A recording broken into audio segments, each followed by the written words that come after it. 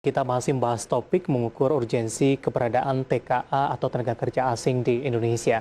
Tapi sebelum kita melanjutkan perbincangan, tim redaksi kami sudah merangkum beberapa informasi grafis dan mungkin saja bisa menjadi salah satu referensi untuk Anda.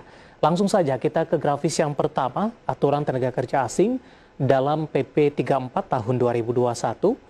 Dari sisi kewajiban memiliki rencana penggunaan tenaga kerja asing, kemudian mempekerjakan TKA sesuai dengan pengesahan RPTKA, kemudian menunjuk WNI sebagai pendamping TKA untuk alih teknologi dan keahlian. Melaksanakan diklat bagi naker pendamping sesuai dengan kualifikasi jabatan TKA, memulangkan TKA ke negara asal setelah perjanjian berakhir, memfasilitasi diklat bahasa Indonesia untuk TKA, wajib mendaftarkan TKA dalam program jaminan sosial nasional atau asuransi. Kita beralih ke grafis selanjutnya, aturan tenaga kerja asing dalam PP 34 2021. Ketika di grafis sebelumnya kewajiban, berikutnya dari sisi larangan pemirsa. Orang perseorangan mempekerjakan TKA pada jabatan bagian personalia, mempekerjakan TKA rangkap jabatan di perusahaan yang sama. Kita beralih ke grafis selanjutnya, ketentuan umum dalam aturan tenaga kerja asing dalam PP 34 2021 berupa badan hukum atau lainnya yang membayar upah TKA, mengutamakan penggunaan TKI, memperhatikan pasar kerja dalam negeri, mempekerjakan TKA jika jabatan tidak bisa diduduki tenaga kerja Indonesia, mempekerjakan TKA berkompetensi khusus. Ketentuan umum dalam aturan tenaga kerja asing. Selanjutnya kita akan coba lihat 5 negara asal TKA di Indonesia, pemirsa. Dari Tiongkok, ini memiliki porsi yang paling banyak, 35.781. Kemudian Jepang di 12.823, Korea Selatan di 9.907, India di 7.356, Malaysia di 4.816. Ini data diambil dari data Kementerian Tenaga Kerja, ini data per Mei 2020. Ya, kita lanjutkan kembali perbincangan mengukur urgensi keberadaan TKA di Indonesia. Pak Said dan Ibu Esther, kita lanjutkan kembali. Saya balik lagi ke Ibu Esther terlebih dahulu. Bu Esther, bagaimana Anda melihat kedatangan tenaga kerja asing di Indonesia? Apakah ini cukup sensitif, Bu, di tengah tingkat pengangguran di Indonesia yang cukup tinggi sampai sejauh ini? Oh, jelas sangat sensitif, Mas, ya. Jadi kenapa data BPS itu menunjukkan sekitar 29 juta tenaga kerja menjadi menganggur itu karena dampak COVID. Nah, sekarang banyak negara yang menutup dari orang luar masuk ke negaranya. Nah, ini malah Indonesia membuka pintunya, kemudian memberikan pekerjaan kepada mereka. Ini kan aneh sekali, gitu ya. Baik, dari tahun ke tahun Anda melihat terjadi peningkatan dalam hal ini, Bu Esther? Kalau data menunjukkan sekitar tahun 2019 itu 95.000 orang tenaga kerja asing masuk ke Indonesia, kemudian tahun 2020 itu 92.000 ya. Jadi masih berkisar 90 ribuan gitu, Mas. Ketika skenarionya ini dioptimalkan, Ibu Esther, seberapa besar dampaknya kepada tingkat pengangguran di Indonesia, Bu? Nah, ini kan kebijakan, kalau menurut saya peraturannya sih tadi FPP-nya nomor 34 tahun 2021 itu sudah bagus ya. Namun implementasinya yang saya rasa harus dievaluasi lagi gitu.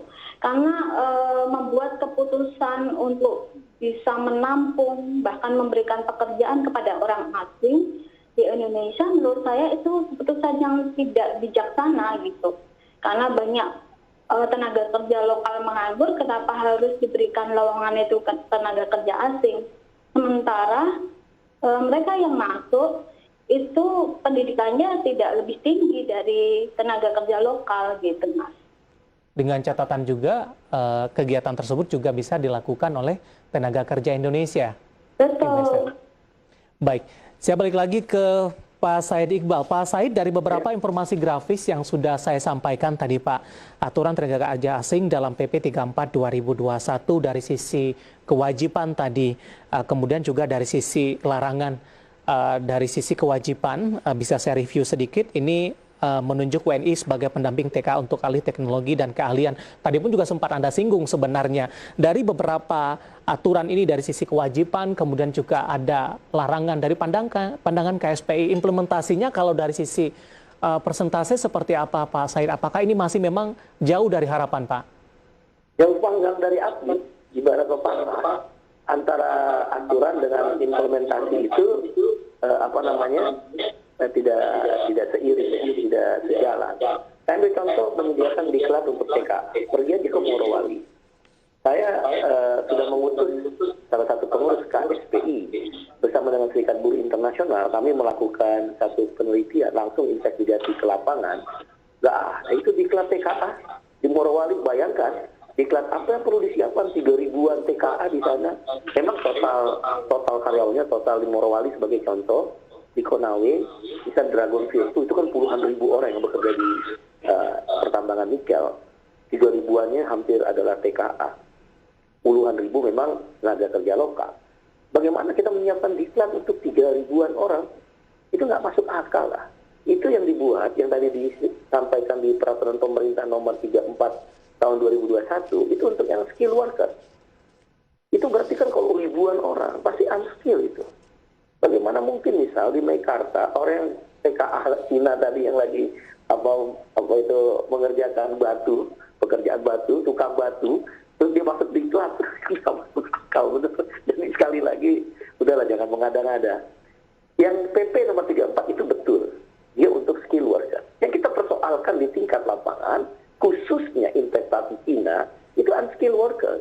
Kita makanya jangan mengabsurdkan diri seolah-olah TKA semua bermasalah. Enggak kok, TKA Cina. Yang bermasalah karena program obornya, G2G-nya, dan B2B-nya. Saya mau tanya, siapa agen outsourcing yang mendatangkan TKA Cina? Harusnya teman-teman media bongkar tuh. Siapa di balik itu? Kan mereka coba menyakitkan hatinya. Di tengah orang dilarang mudik. Yang mudik kan kita lihat pakai motor pasti buruh. Nggak mungkin nggak bukan buruh. Kita setuju, penyekatan itu setuju untuk mencegah penyebaran COVID. Tapi yang hati kita sakit itu, karpet merah buat TKA itu. Datang tuh TKA ratusan orang. Udah masuk diklat TKA, katanya itu yang udah pernah datang ke sini sekarang datang lagi. Itu udah masuk diklat loh. Di tengah pandemi corona, Singapura aja lockdown total. Malaysia lockdown total, kita buka karpet merah. Kenapa saya bilang karpet merah? Pesawat charteran. Kan kurang ajar, sakit hati kita lihat kayak begitu. Udahlah, lapangan pekerjaan kita tidak disediakan untuk orang-orang lokal, dan orang mau pulang mudik, disekat, kita setuju, tapi harusnya juga TKA jangan datang dong. Kenapa TKA berulang-ulang? Kalau diomongin di media, teman-teman media memberitakan, enak aja itu dari imigrasi, dari Kementerian Investasi. Oh itu cuma sedikit, tapi berulang-ulang, kafilah berlalu, anjing menggonggong, kafilah berlalu. Dan anehnya, nggak pernah perusahaan pengguna TKA yang menjelaskan siapa nih TKA yang datang ini, untuk perusahaan mana, untuk jenis pekerjaan apa, nggak pernah loh. Selalu menterinya itu aja yang ngomong, Menko-nya itu aja yang ngomong. Kok seperti watchdog gitu loh. Pak Said dari KSPI bagaimana Pak dengan adanya temuan tersebut? Apakah ada tindak lanjut atau mungkin menyuarakan begitu Pak Said?